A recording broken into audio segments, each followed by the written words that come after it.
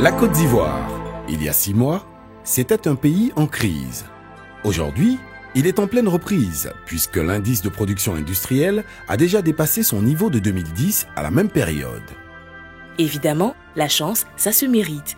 Sous le leadership du président Alassane Ouattara, qui bénéficie de la confiance de son peuple et de la communauté internationale, le gouvernement reste fidèle au credo libéral. Il s'appuie résolument sur le secteur privé pour redémarrer la croissance. La normalisation est en cours, y compris au plan sécuritaire. Paix et réconciliation, c'est ce que souhaite l'immense majorité des Ivoiriens. 10 ans de retard sont à rattraper. Pour y parvenir, l'État doit jouer son rôle par la relance de l'investissement public dès 2012. La volonté politique est là, la capacité de travail aussi. Objectif, 8,5% de croissance du PIB en 2012 et 6% en 2014.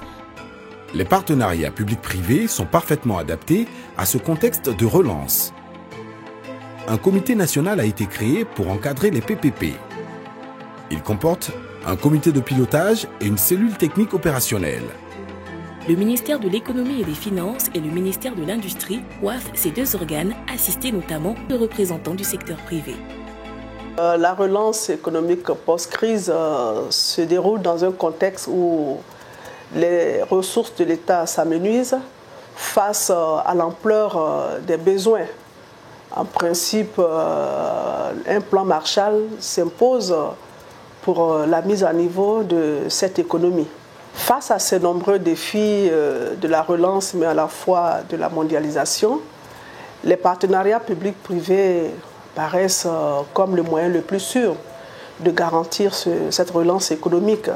Et donc l'État se doit de créer un environnement favorable pour attirer les investisseurs à cet effet. Actuellement, 4 exemples de partenariats publics-privés fonctionnent harmonieusement. Le plus ancien s'applique à la SODECI, Société de distribution de l'eau. SODECI, donc, par l'intermédiaire, on va dire, société française SOR, dont elle est filiale, s'est vue confier, par le biais d'un contrat de concession, la production et la distribution d'eau potable dans la ville d'Abidjan. L'État ivoirien, qui a étendu les activités de SODECI à l'ensemble du territoire national en 1974, et puis ensuite a reconduit ce contrat en 1987 pour une durée de 20 ans. Voilà.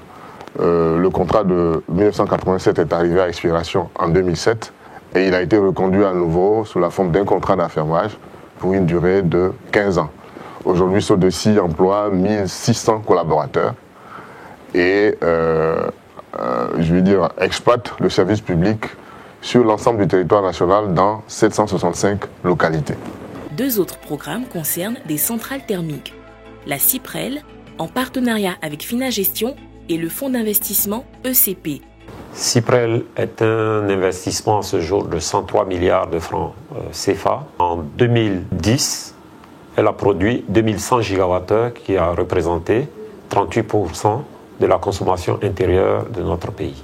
CIPREL est un projet BOT signé en 1994, initialement pour 19 ans, dont la fin était prévue pour 2013. Cette convention a été prorogée jusqu'en 2020, c'est-à-dire de 7 ans, à la suite d'un nouvel investissement réalisé en 2008-2009 de 46 milliards pour le projet CIPREL 3.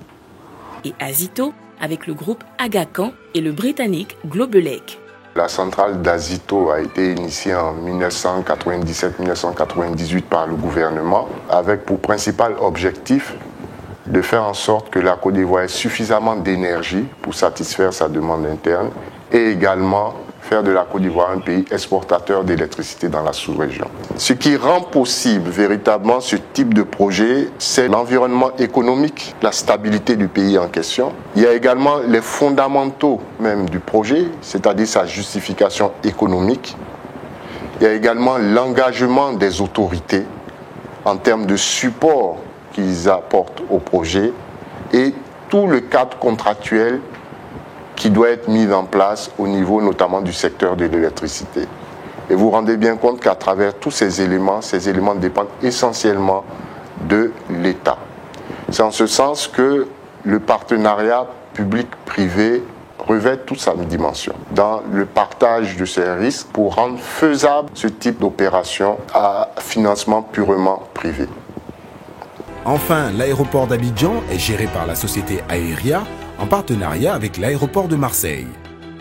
La concession de l'aéroport international Félix Houphouët-Boigny a été renouvelée en 2010 pour une durée de 20 ans à travers la société Aéria. Aujourd'hui, l'aéroport d'Abidjan dispose d'infrastructures permettant d'accueillir annuellement plus de 2 millions de passagers. 25 compagnies aériennes desservent plus de 35 destinations à travers l'Afrique, l'Europe, le Proche-Orient et l'Asie. Le plus récent des partenariats conclus concerne le 3e pont d'Abidjan, le pont Riviera-Marcory.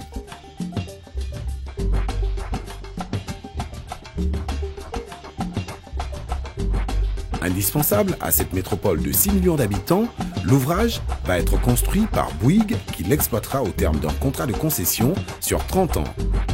Le pont à péage traversera la lagune Ébrié depuis Cocody sur 1600 mètres pour aboutir à un échangeur à 3 niveaux. Au total, c'est un parcours de 6 km de voies urbaines dont la réalisation prendra 27 mois. Les bailleurs de fonds sont la Banque africaine de développement, la BOA, la BNI et Ecobank. L'intérêt des partenariats publics-privés, c'est qu'ils sont générateurs de revenus pour les deux parties. Ils permettent de relever le niveau du développement et un transfert de compétences. C'est pour cette raison que les partenariats publics-privés sont appliqués à plusieurs domaines, notamment les grandes infrastructures économiques, transport, ferroviaire, aéroportuaire, sans oublier les infrastructures sociales, santé, éducation, formation et développement des compétences. Sans oublier aussi l'agriculture. Dans un avenir proche, nous espérons démarrer une autoroute à péage allant de Grand Bassam jusqu'au Ghana.